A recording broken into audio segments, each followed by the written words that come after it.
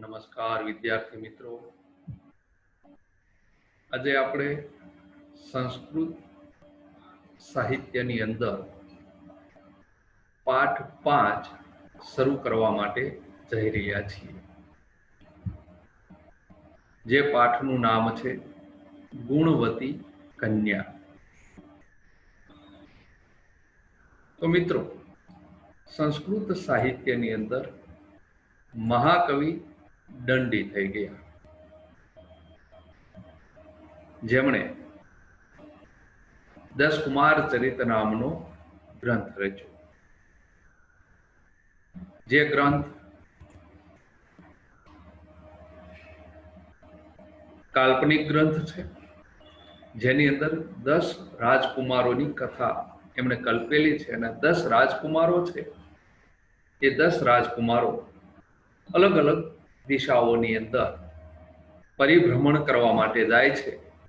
અને એ દરમિયાન એમને જે અનુભવ થાય છે, એ અનુભવના આધારે કાલ્પનિક ગ્રંથ રચવામાં આવ્યો છે.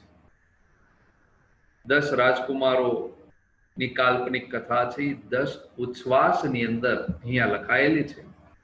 એમાં જે છઠ્ઠો ઉચ્છ્વાસ છે, એમાં મંત્રગુપ્ત નામનો રાજકુમાર, એને જે અનુભવ થયો છે, એને જે શક્તિકુમારનું આખ્યાન જેણે રચ્યું છે, એ આખ્યાનમાંથી થોડો અંશ અહીંયા આગળ આ પાઠમાં લેવામાં આવ્યો છે.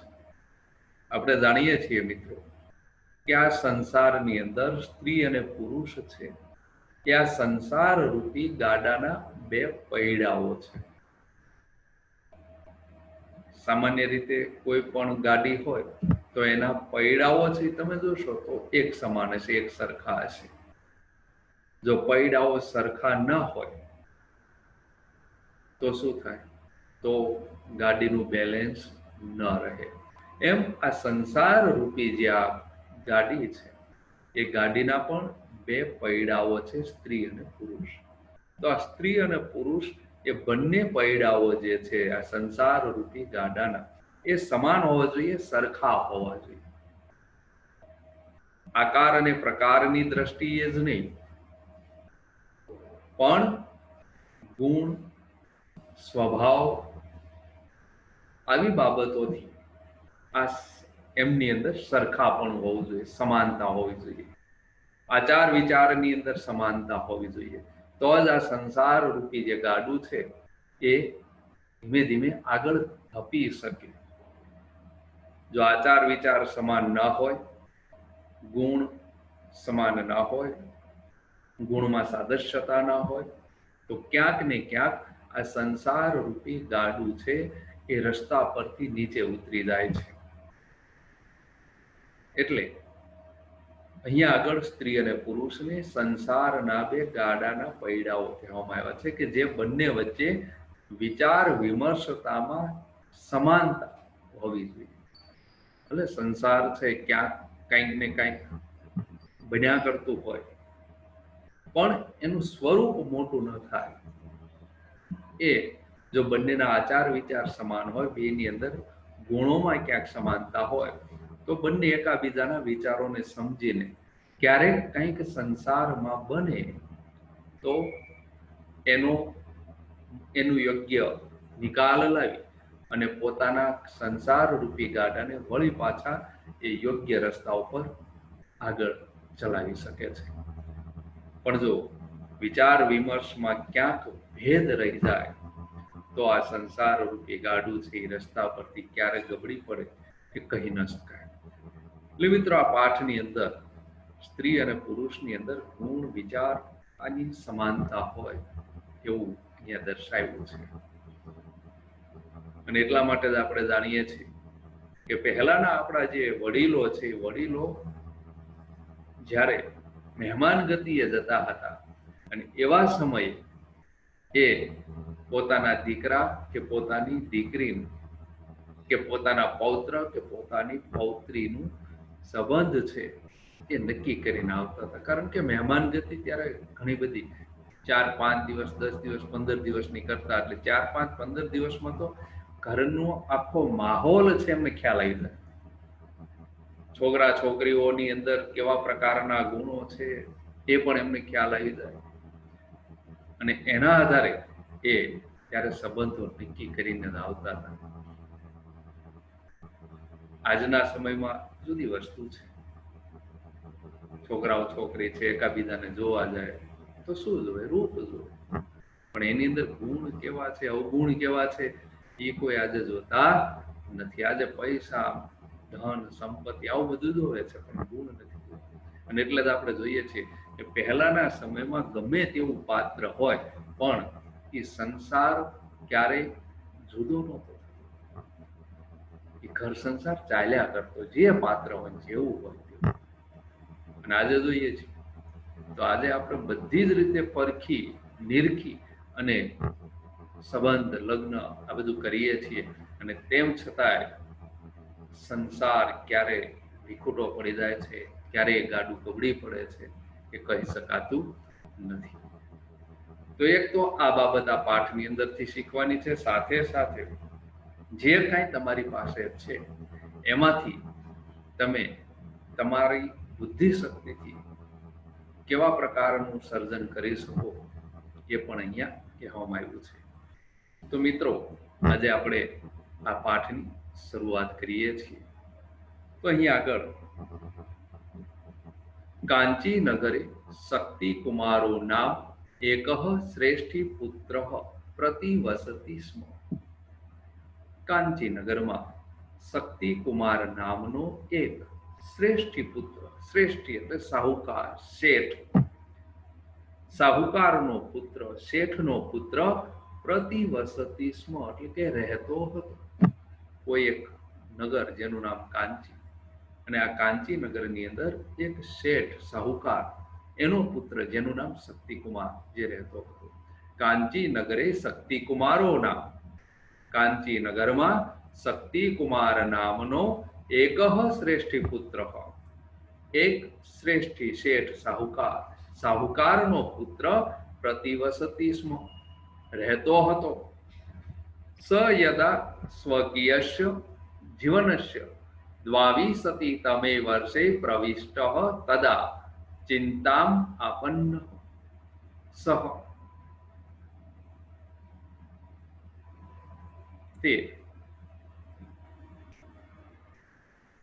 તે જ્યારે સહ યદા, તે જ્યારે સ્વકીયસ્ય જીવનસ્ય, સ્વકીયસ્ય એટલે પોતાના જીવનસ્ય એટલે જીવનના દ્વાવિશતિ તમે, દ્વાવિશતિ એટલે 22, દ્વાવિશતિ તમે એટલે કે 22મા વર્ષે, વર્ષમાં પ્રવિષ્ટ, પ્રવિષ્ટ એટલે પ્રવેશ્યો, તદા ત્યારે ચિંતામ આપન્ન, ચિંતા, ચિંતા આપન્ન ગ્રસ્ત, ચિંતાગ્રસ્ત થયો.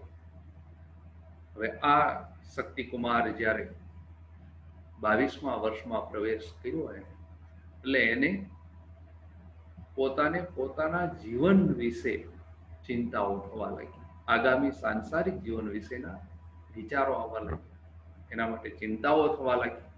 સ યદા, સ તે, યદા જ્યારે, શક્તિકુમાર, સ યદા, સ તે, યદા જ્યારે, તે જ્યારે સ્વકીયસ્ય જીવનસ્ય, સ્વકીયસ્ય પોતાના, જીવનસ્ય જીવનના, દ્વાવિશતિ તમે, દ્વાવિશતિ તમે એટલે કે 22મા વર્ષે, વર્ષમાં પ્રવિષ્ટ પ્રવેશ્યો, તદા ત્યારે ચિંતામ આપન્ન, ચિંતાગ્રસ્ત અપન્ન થયો, ચિંતાગ્રસ્ત થયો. કેવી ચિંતા થાય છે ને જો, નાસ્તિ દાર વિહીના નામ અનુરૂપ ગુણ દારાણામ ચ સુખમ.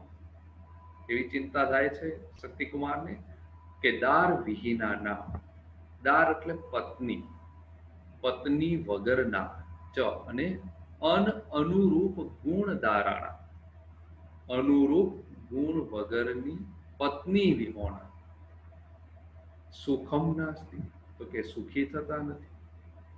આવી ચિંતા થઈ કે ભાઈ એક તો પત્ની ન હોવી તો પણ સંસારમાં સુખી ના થવાય, અને કદાચ પત્ની હોય પણ જો પત્ની ગુણ વગરની હોય તો પણ સંસારમાં સુખી ના થવાય.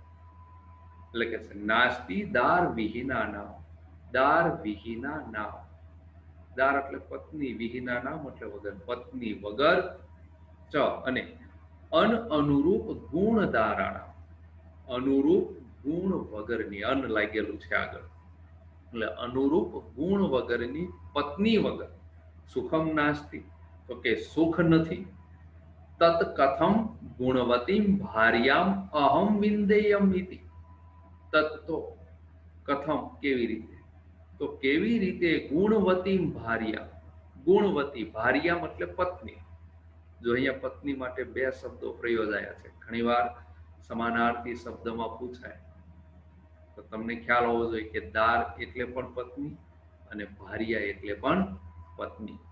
તત તો કથમ ગુણવતી, કથમ કેવી રીતે ગુણવતી ભાર્યામ પત્નીને, અહમ હું, વિંદેયમ ઇતિ, વિંદેયમ ઇતિ એટલે મેળવું, પ્રાપ્ત કરવું, વિંદ એટલે મેળવવું, પ્રાપ્ત કરવું, તો હું કેવી રીતે એમ કે ગુણવાન પત્ની પ્રાપ્ત કરું, આવો એને વિચાર આવ્યો, આવી એને ચિંતા થવા લાગી શક્તિ કુમાર કે ભાઈ એક તો પત્ની વગર અથવા તો પત્ની હોય પણ ગુણ ન હોય તો આ સંસારમાં સુખ ન મળે, તો ગુણવાળી પત્ની કેવી રીતે મેળવું. તત કથમ, તત તો કથમ કેવી રીતે, ગુણવતી ભાર્યા, ગુણવાન ભાર્યા પત્નીને, અહમ હું, વિંદેયમ ઇતિ, વિંદેયમ ઇતિ એટલે પ્રાપ્ત કરું, મેળવું, તતઃ સપ્રભુતમ વિચાર્ય વસ્ત્રાંતે પિનદ્શાલી તાર ગ્રહણાય વિવિધાન દેશાન અભ્રમત, તતઃ પછી, તતઃ પછી, સ તે પછી તે, પ્રભુતમ વિચાર્ય, પ્રભુતમ એટલે ખૂબ, વિચાર્યમ વિચારીને, ખૂબ વિચારીને, વસ્ત્રાંતે, વસ્ત્રાંતે વસ્ત્રના છેડે, વસ્ત્રાંતે વસ્ત્રના છેડે, પિનદ્શાલી, શાલી એટલે ડાંગર, પિનદ્શાલી એટલે ડાંગર બાંધીને, પિનદ્શાલી ડાંગર બાંધીને, દાર ગ્રહણાય, દાર પત્ની, ગ્રહણાય એટલે મેળવવા માટે, દાર ગ્રહણાય પત્ની મેળવવા માટે, વિવિધાન દેશા વિવિધ દેશોમાં અભ્રમત એટલે ભ્રમણ કરવા લાગ્યો. ગુણવતી પત્ની પ્રાપ્ત કરવા માટે ઈ પોતાના એક વસ્ત્રના છેડે ડાંગર થોડીક બાંધી, અને ડાંગર બાંધી અને વિવિધ દેશોની અંદર, એ વખતે તો નાના નાના જે રાજ્યો હતા, રજવાડાઓ હતા, એટલે એક રજવાડામાંથી બીજા રજવાડામાં જાય તો એ બીજા દેશમાં ગયો કહેવાય, એટલે કે વિવિધ દેશોમાં ભ્રમણ કરવા લાગ્યો. તતઃ પછી, સ તે પ્રભુતમ વિચાર્ય, પ્રભુતમ ખૂબ વિચાર્યમ વિચારીને, વસ્ત્રાંતે વસ્ત્રના છેડે, પિનદ્શાલી, પિનદ્શાલી ડાંગર બાંધીને, દાર ગ્રહણાય પત્નીને મેળવવા માટે, વિવિધાન દેશા વિવિધ દેશોમાં, અભ્રમત ભ્રમણ કરવા લાગ્યો. એકદા સ કાવેરી તીર પતને સમાગતા, એકદા સ એકવાર, સ તે એકવાર તે, કાવેરી તીર, કાવેરી તીર, કાવેરી નદીના તીર એટલે કિનારે, પતન એટલે નગરમાં, કાવેરી નદીના કિનારા પરના નગરમાં, સમાગત, સમાગત આવ્યું, ભ્રમણ કરતા કરતા કાવેરી નદીના કિનારે એક નગર હતું, એ નગરમાં એ આવ્યો. એકદા સ એકવાર તે, કાવેરી તીર, કાવેરી નદીના કિનારે રહેલા, પતને એટલે નગરમાં, સમાગત આવ્યો, અત્ર સહ કૂપે વિરલ ભૂષણામ કુમારીમ એકામ અપશ્યત, અત્ર અહીં એટલે કે આ નગરમાં, અત્ર અહીં, સહ તે અથવા તેણે, કૂપે એટલે કુવા પર, તેણે કુવા પર, વિરલ ભૂષણા વિરલ આભૂષણ વાળી, કુમારી એકામ, એકામ એક કુમારી એટલે કન્યા, એક કન્યાને, અપશ્યત એટલે જોઈ, ત્યારે નગરમાં પ્રવેશ કર્યો ત્યારે કોઈ કન્યા કુવા પર પાણી ભરવા માટે આવી હશે, જેને સરસ મજાના આભૂષણો ધારણ કરેલા હતા, સુંદર હતી, એવી કન્યાને જોઈ. અત્ર અહીં સહ તેણે, કૂપે કુવા પર, અહીં તેણે કુવા પર, વિરલ ભૂષણ વિરલ આભૂષણ વાળી કુમારી એકામ એકામ એક કુમારી કન્યાને અપશ્યત જોઈ તસ્યાહ રૂપ સંપદા અભિભૂત સહ અચિંતય તસ્યાહ એટલે તેનું રૂપ સંપદા તેના રૂપ સંપત્તિથી રૂપ સૌંદર્યથી અભિભૂત આકર્ષાય સહ અચિંતય તેણે અચિંતય એટલે વિચાર્યું શક્તિકુમાર એ કન્યાને જુએ છે અને એને જોઈને એના તરફ આકર્ષાય છે એટલે એ વિચારે છે તસ્યાહ રૂપ સંપદા તસ્યાહ તેની રૂપ સંપદા એટલે કે તેનું રૂપ સૌંદર્યથી અભિભૂત આકર્ષાયને સહ તેણે અચિંતયત વિચાર્યું શું વિચારે છે આકૃષ્ટમ મે હૃદયમ અશ્યામ મે એટલે મારું મારું હૃદય અશ્યામ આના તરફ આકૃષ્ટમ એટલે આકર્ષાયું છે આકૃષ્ટમ મે હૃદયમ અશ્યામ મે એટલે મારું મારું હૃદય અશ્યામ આના તરફ આકૃષ્ટમ આકર્ષાયું છે તત એતામ પરીક્ષ્ય વિવાહ પ્રસ્તાવમ કૃત્વા સત્યામ સંમતો ઉદ્વહામી તત તો એતામ એની તો એની પરીક્ષા કરીને વિવાહ પ્રસ્તાવમ કૃત્વા વિવાહનો પ્રસ્તાવ કૃત્વા કરીને સત્યામ સંમતો એટલે સંમતિ હોય તો ઉદ્વહામી એટલે પરણીશ વિવાહ કરીશ જયારે કન્યાને જો એટલે એને એવું વિચાર્યું કે ભાઈ મારું હૃદય આના પ્રત્યે આકર્ષાયું છે તો હું એની પહેલા પરીક્ષા કરું અને પરીક્ષા કર્યા પછી જો એ કન્યાની સંમતિ હોય તો હું એની હારે પરણીશ તત એતામ પરીક્ષા તત તો એતામ એની પરીક્ષા કરીને વિવાહ પ્રસ્તાવ કૃત્વા વિવાહનો પ્રસ્તાવ કૃત્વા કરીને સત્યામ સંમતિ સત્યામ હોય તો સંમતિ હોય તો ઉદ્વહામી એટલે પરણીશ વિવાહ કરીશ ઉદ્વહામી પરણીશ સ તામ નિકષા સમગત્ય સવિનયમ આહ સ તે શક્તિકુમાર તે તામ એટલે તેની નિકષા પાસે તે તેની પાસે સમગત્ય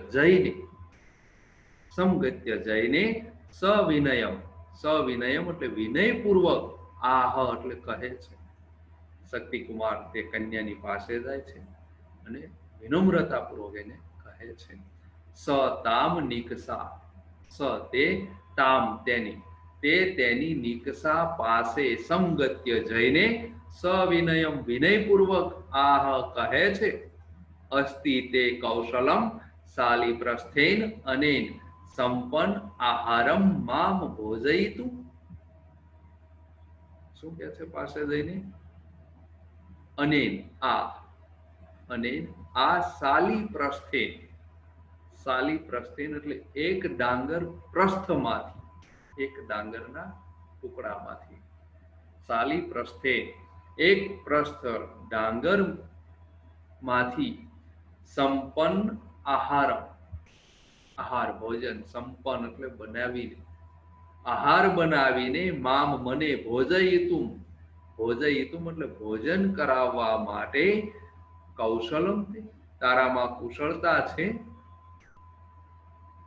પ્રશ્ન કરે છે કે શું તારામાં આ એક પ્રસ્થ ડાંગરમાંથી વિવિધ પ્રકારનું ભોજન બનાવીને મને જમાડવાની કુશળતા છે જો અહીંયા અસ્થિ એટલે છે એવો અર્થ થાય પણ અસ્થિ જ્યારે વાક્યની શરૂઆતમાં વપરાય ત્યારે એ વાક્ય પ્રશ્નાર્થ વાક્ય બની જાય છે અને એટલા માટે અસ્થિ છે શું ના રૂપમાં ફરી જાય છે અસ્થિ તે કૌશલમ શાલી પ્રસ્થેન અને અસ્થિ શું અનેન આ શાલી પ્રસ્થેન એટલે એક પ્રસ્થ ડાંગરમાંથી સંપન્ન આહાર સંપન્ન બનાવીને મામ મને ભોજયિતુમ એટલે ભોજન કરાવવા માટે તે કૌશલમ તે તારામાં કૌશલમ કુશળતા છે આવો પ્રશ્ન કરે છે તતઃ सा ओम इति उक्त्वा प्रस्थमात्रं धान्यम आदाय श्रेष्ठी पुत्रस्य याचना अनुसारम कर्तुम प्रवृत्ता। तो આવો પ્રશ્ન સાંભળ્યા પછી તતઃ પછી પછી સા તેણી તે કન્યાએ તતઃ પછી સા તેણીએ ઓમ ઇતિ ઉક્તવા ઓમ ઇતિ એવું ઉક્તવા બોલીને ઓમ એવું બોલીને પ્રસ્થ માત્ર એક પ્રસ્થ માત્ર એક પ્રસ્થ ધાન્ય આદાય લઈને શ્રેષ્ઠી પુત્ર છે સાહુકારના પુત્રની યાચના અનુસારમ યાચના માંગણી અનુસાર કર્તુમ કરવા માટે પ્રવૃત્તા એટલે પ્રવૃત્ત થઈ તૈયાર થઈ। એટલે શક્તિકુમારે પૂછ્યું ભાઈ એક પ્રસ્થ ડાંગરમાંથી વિવિધ પ્રકારનું ભોજન કરાવવા માટે તારામાં કુશળતા છે? ત્યારે કન્યા એ પ્રમાણે કરવા માટે તૈયાર થાય છે કે તતઃ પછી સા ઓમ ઇતિ સા તેણી ઓમ ઇતિ ઓમ એવું ઉક્તવા બોલીને પ્રસ્થ માત્ર એક પ્રસ્થ ધાન્યમ આદાય ધાન્ય ડાંગરથી ધાન્ય પ્રકાર છે ધાન્ય આદાય લઈને શ્રેષ્ઠી પુત્રસ્ય સાહુકારના પુત્રની અથવા શેઠના પુત્રની યાચના અનુસારમ યાચના માંગણી અનુસાર કર્તુમ કરવા માટે પ્રવૃત્ત થઈ। તતઃ સા બુદ્ધિમતી કન્યા તાન શાલીન પ્રથમમ આતપે તપ્તવતી। તતઃ પછી સા તે અથવા તેણી બુદ્ધિમતી કન્યા તે બુદ્ધિશાળી કન્યાએ તાન શાલીન તાન તે શાલીન એટલે ડાંગર તે ડાંગરને પ્રથમમ પહેલા આતપે એટલે તડકામાં તપ્તવતી એટલે તપાવી। હવે ધીમે ધીમે એની પ્રવૃત્તિ શરૂ કરી એક પ્રસ્થ ડાંગર લઈને ધાન્ય લઈને પહેલા તો એની ડાંગર છે એ ડાંગરને તડકામાં તપાવી। તતઃ પછી સા બુદ્ધિમતી કન્યા તે બુદ્ધિશાળી કન્યાએ તાન શાલીન તાન તે શાલીન ડાંગરને પ્રથમમ પહેલા આતપે તડકામાં તપ્તવતી તપાવી। તતઃ સમાયામ પરિશુદ્ધાયામ ભૂમો તાન અઘટયત। તતઃ પછી સમાયામ ભૂમો સમાયામ એટલે સમાંતર ભૂમો એટલે ભૂમિ પર તાન તેને અઘટયત એટલે ઘસીને પરિશુદ્ધાયામ એટલે શુદ્ધ કરી ડાંગર પોતરા હોય કરીને આ પોતરાઓ દૂર કર્યા પછી એ કન્યાએ પહેલા તપાવી પછી આમ સમાંતર ભૂમિમાં ચોખ્ખી જમીન પર એને આમ ઘસી અને એમાંથી પોતરાઓ જુદા કર્યા એને શુદ્ધ કરી। તતઃ પછી સમાયામ પરિશુદ્ધાયામ ભૂમો સમાંતર શુદ્ધ ભૂમિ પર તાન તેને અઘટયત એટલે ઘસી અનેન તુષેભ્ય તંદુલાહ પૃથક સમજાતા અને એનાથી તુષેભ્ય તંદુલાહ તુષેભ્ય એટલે પોતરામાંથી તંદુલાહ એટલે ચોખા પૃથક અલગ સમજાતા એટલે થયા એને આમ ઘસીને ભૂમિ પર એટલે ઉપરના બધા પોતરાઓ છે એ નીકળી ગયા અને અંદર જે ચોખાના દાણા હતા એ બધા અલગ થઈ ગયા। અને એનાથી તુષેભ્ય પોતરામાંથી તંદુલાહ એટલે ચોખા પૃથક સમજાતા પૃથક અલગ સમજાતા એટલે થઈ ગયા। તો આ રીતે આ કન્યાએ પોતાનું કામ ધીમે ધીમે શરૂ કર્યું। તો મિત્રો આજે આપણે આ પાઠ છે એ અહીંયા સુધી રાખીએ છીએ। તો સમજૂતી બાદ એના શબ્દાર્થ અહીંયા આગળ આપણે રાખેલા છે। તો મિત્રો આજે શબ્દાર્થ છે જો સંસ્કૃતમાં અગાઉ પણ હું કહી ચૂક્યો છું કે આપણે સંસ્કૃતની નોટમાં ક્યાંય સંસ્કૃત પાઠનું સંસ્કૃત નથી લખવાનું શ્લોક આવે તો લખવાનું હોય છે પણ પાઠનું સંસ્કૃત નથી લખતા આપણે એના શબ્દાર્થ લખવાના। આ શબ્દાર્થ પહેલા ઉપર પાઠનું નામ પછી આ શબ્દાર્થ અને આ શબ્દાર્થ લખ્યા પછી એનું જે આપણે ભાષાંતર છે એ ભાષાંતર તમારે નોટમાં લખવાનું છે। તો આ રીતે એનું કામ તમારે કરી નાખવાનું। આગળનું જ્યારે આપણે પાછું મૂકીશું ત્યારે એ પછી પાઠનો જે બીજો ભાગ છે એ સમજી અને પછી પાછો નોટમાં લખીશું. તો મિત્રો, તમને પાઠ સમજાણો હશે એવું માનું છું. તો બરાબર સમજી શબ્દાર્થ ભાષાંતર નોટમાં લખી અને એટલો પાઠ છે એ પાછો ભાષાંતર એનું તૈયાર કરી નાખજો. શબ્દાર્થ પણ વાંચતા રહેજો અને એ રીતે તૈયારી કરજો.